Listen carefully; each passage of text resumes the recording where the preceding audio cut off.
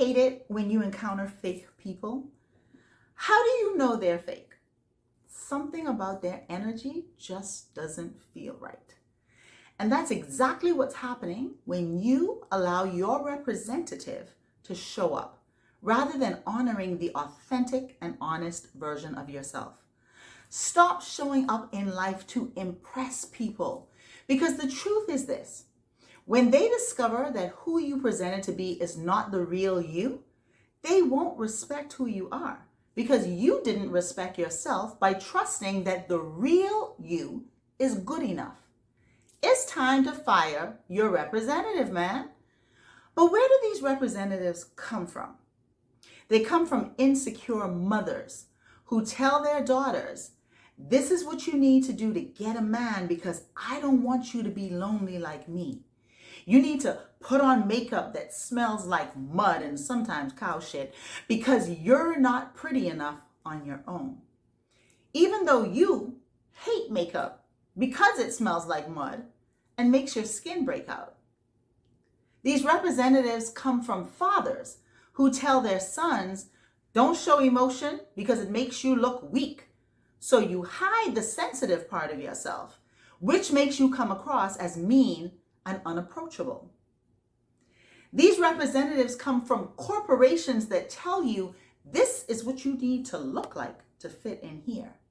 And what they are molding you into is a complete lie to who you really know yourself to be, but you play to stay. And this is the reason why so many of my clients, when they first start working with me, don't know who the hell they are, because they are trying to be and fit into everyone else's idea of who and what they should be. Eventually, this leaves you feeling unfulfilled, dissatisfied, and unhappy. I had a client who I worked with several years ago, and during one of our sessions, she had a major aha moment. And she looked at me and she said, I have never shown up in any relationship as the real me. And I'm just now realizing the disservice that I have been doing to myself. Yeah. So how do you fire your representative and be true to yourself? You have to first discover who you are. So let me ask you this. Who do you want to be? Let's start there. And don't tell me you can't be who you want to be, because I will ask you, why not? The challenge for most people is they focus so much on what they don't like that they can't even tap into the desires of their heart. They're so fixated on what other people have said to them about them that that's a running program and a running story that happens over and over again. Or you feel so insecure about who you really are that you don't even know how to be authentic about the things that you like and the things that you don't like. Most of who we are is a program and a condition that has been instituted by other people. And it began in our childhood. Children come into this world free. I mean, I was watching a little girl the other day and I was just smiling from ear to ear because she was just being so herself with no inhibitions and no fears until her mother stepped in and tried to divert her into another direction. And so often we do that to our children, as was done to us, and we're creating a major disservice, as was done to us. And so you feel this need to be who you are not, to be liked, to be hired, to be accepted, to be good enough in the eyes of someone else. But you can never be good enough in someone else's eyes as long as you're not good enough in your own eyes. And so what do you do about that?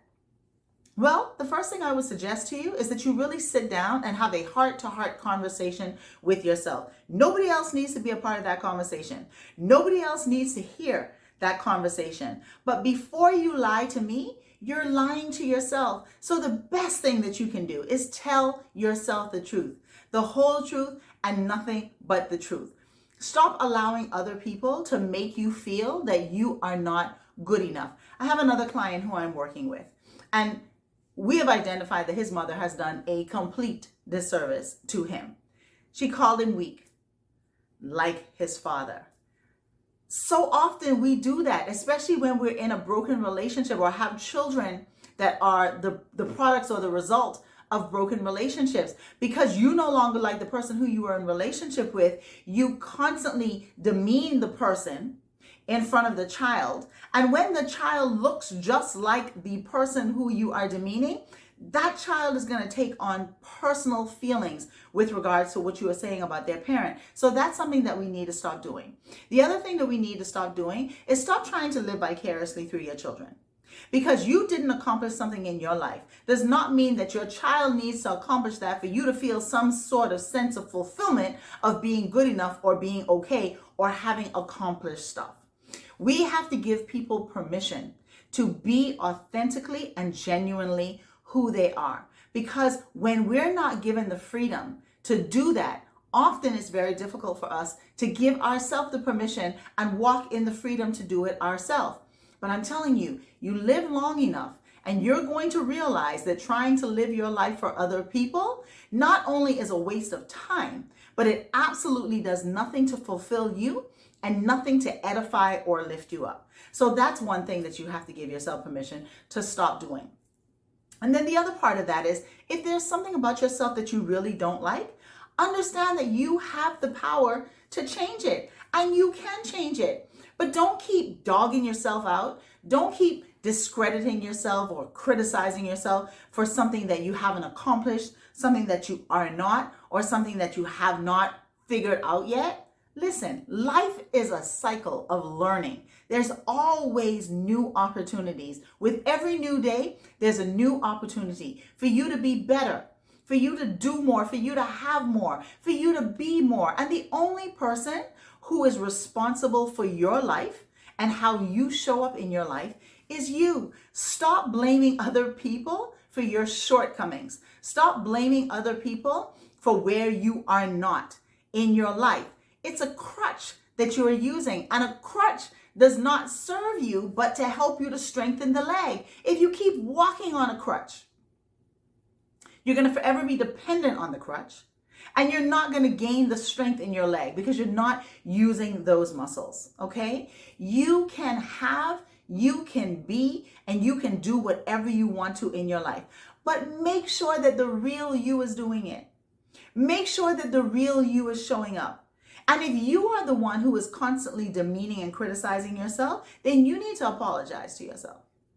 You need to forgive yourself and forgive everybody else who has made you accept that you are not good enough, or who has contributed to you not accepting your goodness and your value and your worth. Be you authentically. Be you genuinely. Be you lovingly. This is something that I had to learn for myself. Let me tell you something. I used to pick myself apart from the rudder to the tudder, right? But that came from my father. That came from his constant judgment and criticism of me. I was never understood as a child. I'm probably not understood as an adult, but I'm okay with that because I have embraced that I am different. I have embraced that I am unique. You need to embrace you in the fullness of who you are, in the fullness of being the divine creation of the Creator. You're the master of your fate. You're the captain of your soul. Stop showing up fake in your life. Stop saying, I'm going to fake it until I make it, because something that is a counterfeit will never be real. I don't care if you pray over it. I don't care if you anoint it. I don't care if you speak affirmations over it. So show up as the real you. Love yourself. If you want to be loved by others, you have to love yourself first. Take time to recognize your value and to recognize your worth and to recognize what is great about you. Don't look to other people to validate you, because if you give them the power to validate you, you give them the power to invalidate you. The best and biggest cheerleader that could ever be in your life is you. You know why? Because you are a constant in your life. Other people are not a constant. Other people come and go.